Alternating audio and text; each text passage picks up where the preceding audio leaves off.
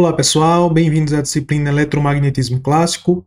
Essa é a aula 2.3, onde nós vamos falar sobre as linhas de campo elétrico. Bom, no último vídeo a gente percebeu que às vezes o cálculo do campo elétrico ele pode envolver integrais um pouco complicadas de resolver.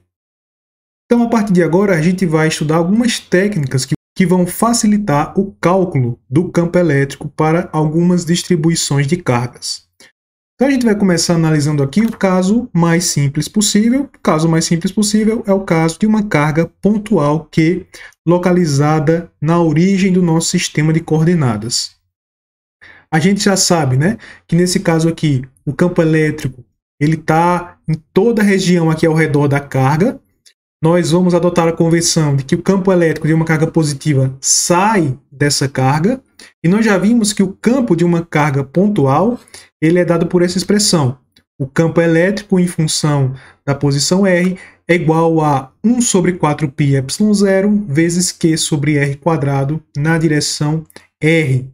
Então a gente percebe aqui, né, que quanto mais distante estiver o ponto onde a gente está analisando o campo gerado por essa carga, quanto mais distante for esse ponto, menos intenso, menor a intensidade do campo elétrico. Bom, então como a gente está vendo aqui, uma forma da gente representar esse campo é utilizando as chamadas linhas de campo elétrico. Então essas linhas de campo, que a gente está vendo essa representação, né, através dessas setinhas amarelas que estão saindo dessa carga. Por convenção, como eu falei, as linhas de campo elas saem das cargas positivas e elas entram nas cargas negativas. Então, se você tem uma carga negativa aqui, as linhas de campo entram nessa carga negativa, tá? Então, nós temos várias distribuições possíveis de carga. Aqui a gente tem, por exemplo, uma carga positiva e uma carga negativa, formando o que a gente chama de dipolo elétrico. Então, nós temos novamente, ó, as linhas de campo saem da carga positiva e entram na carga negativa. Se a gente tiver duas distribuições de cargas, né, com duas cargas pontuais e de mesmo sinal, por exemplo, aqui duas cargas positivas, a configuração do campo elétrico vai se parecer com isso aqui. Então nós temos, vejam aqui que nós temos duas cargas positivas, ou seja, duas cargas que são fontes, né, de campo elétrico. Então os campos eles saem dessas cargas, só que eles não se cruzam, como a gente vai ver daqui a pouco, isso é uma das características das linhas de campo elétrico. Então aqui a gente tem duas cargas positivas, as linhas de campo saem dessas cargas positivas e formam essa configuração que a gente está vendo aqui. Vamos agora ver mais algumas características das linhas de campo. Então novamente a gente tem aqui uma carga pontual Q, e uma das características das linhas de campo é que o número de linhas vai depender do número de cargas que existem. Então, por exemplo, a gente tem uma carga aqui Q. Nessa carga Q, nós temos 8 linhas de campo que estão saindo da carga. Então, isso significa que se a gente for dobrar o número de cargas, então se o número de carga agora passar a ser 2Q, o número de linhas de campo também deve ser dobrado. Então, nesse caso, essa carga 2Q ela tem 16 linhas de campo saindo dela, né? Então, uma carga Q tem 8 linhas de campo saindo dela, uma carga 2Q tem o dobro, né? 16 linhas de campo saindo dela. Outra característica das linhas de campo. As linhas de campo elas têm que, obrigatoriamente, terminar e começar em uma carga. Então, a gente vê aqui uma carga positiva, que é uma fonte de linhas de campo, né? Então as linhas de campo saem da carga positiva, só que essas linhas de campo têm que ir para algum lugar. Nesse caso, as linhas de campo elas terminam em uma carga negativa. Então elas começam em uma carga, terminam também em outra carga. A não ser que você tenha uma carga pontual, como a gente já viu, e se a gente supor que no espaço só existe uma carga, aí sim as linhas de campo dessa carga elas se estendem até o infinito. Mas só nesse caso, né? Se a gente tiver mais de uma carga, ou mais de uma carga de mesmo sinal, então as linhas de campo começam em uma carga, terminam na outra carga. Outra característica delas é que elas têm um espaçamento equilibrado, né? Então, seja essa carga, seja um dipolo formado por uma carga positiva e uma carga negativa, seja uma carga pontual ou sejam duas cargas positivas, o espaçamento ali de onde elas nascem, esse espaçamento ele deve ser equilibrado. O que significa? Que a distância ali da origem, né, da posição da origem de duas linhas de campo, essa distância ela tem que ser mais ou menos a mesma. No caso aqui a gente tem várias linhas de campo, elas saem ali de uma forma que está mais ou menos espaçada. Outra característica dessas linhas de campo é que elas nunca vão se cruzar. Então as linhas de campo elétrico nunca se cruzam. Novamente a gente tem aqui duas cargas positivas, que são fontes, né, de linhas de campo, e a gente percebe que mesmo nesse caso de duas cargas positivas, as linhas de campo elas não se cruzam, tá? Outra característica das linhas de campo: a magnitude do campo elétrico vai ser indicado pela densidade das linhas. O que significa? O campo ele vai ser mais forte perto da carga. Por que vai ser mais forte perto da carga, né? Porque perto da carga, as linhas de campo elas estão mais próximas umas das outras. E conforme você vai se afastando da carga, as linhas de campo vão enfraquecendo, porque aí elas ficam mais separadas umas das outras. Então, quanto mais próximo, maior a densidade, né? Mais linhas de campo eu tenho ali naquela região, mais perto uma da outra elas estão.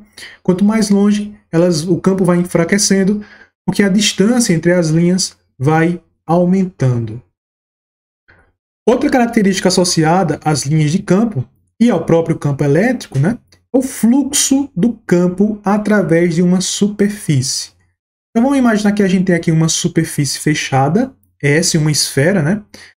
E o fluxo elétrico do campo, ou seja, a quantidade de campo elétrico que está atravessando essa esfera, se eu tiver uma carga pontual ali no centro da superfície S, tem uma carga pontual no centro da superfície. Essa carga pontual ela tem um campo elétrico, né? Esse campo elétrico é representado pelas linhas de campo. Essas linhas de campo atravessam essa superfície S.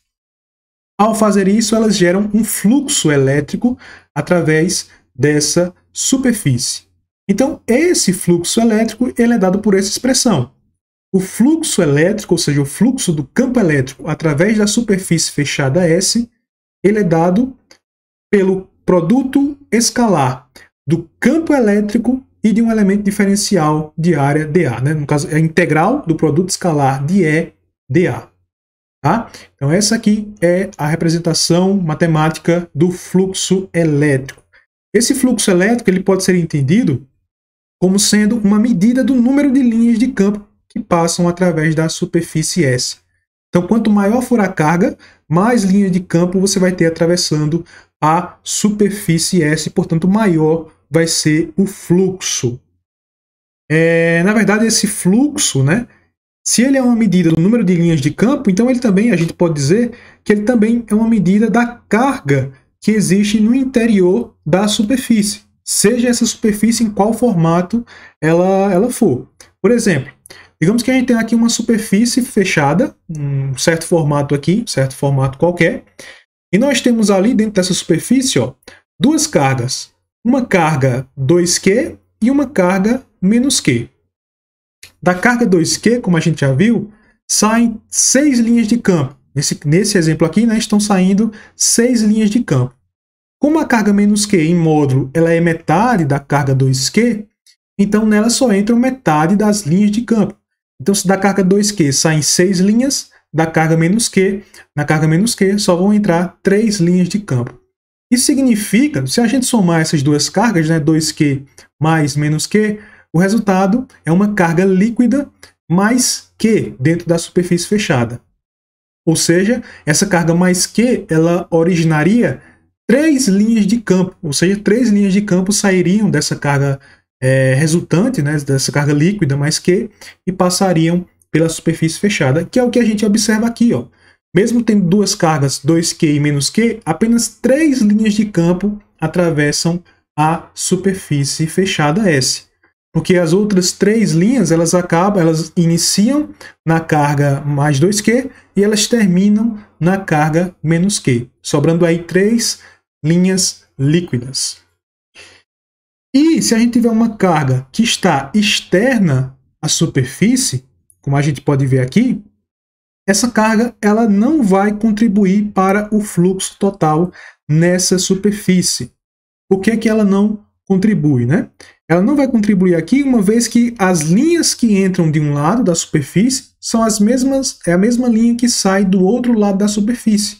Então você não tem um fluxo líquido, porque a linha que está entrando é a linha que está saindo, ou seja, o campo elétrico, a linha de campo elétrico que entra aí nessa superfície é a mesma linha de campo elétrico que sai da superfície. Portanto, você não vai ter fluxo elétrico nenhum gerado por essa carga externa à superfície, essa superfície S que a gente desenhou, né? E não importa também o formato dessa superfície, como a gente vai ver mais para frente. Então essa basicamente é a essência de uma importante lei, essas características que a gente falou, né, são as essências de uma importante lei do eletromagnetismo, chamada de Lei de Gauss, que a gente vai começar a ver melhor no próximo vídeo. Por enquanto é só, pessoal. Até a próxima!